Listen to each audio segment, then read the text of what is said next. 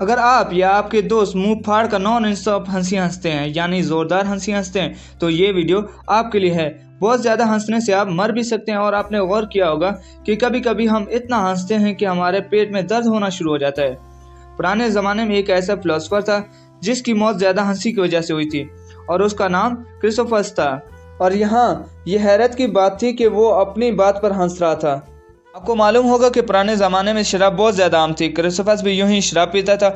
उसने देखा कि एक गधा उसका इंजीर खा रहा है। अब वो इंजीर शायद मिट्टी से थोड़े से गंदे हो गए थे, तो उसने गधे को अपने इंजीर खाते देखा और फिलोसोफर ने कहा कि इस गधे को धोने के लिए प्योर शराब दी जाए। और ये कहते ही वो बहुत ज़ोर से हंसने लगा और अपने ऊपर कंट्रोल ना रख सका और यूं वो नीचे गिर पड़ा। चंद सेकंड्स की बात थी कि उसके मुंह से जग का आना शुरू हो गया।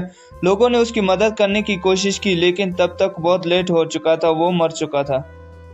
अगर आप हद से ज़्यादा हंसते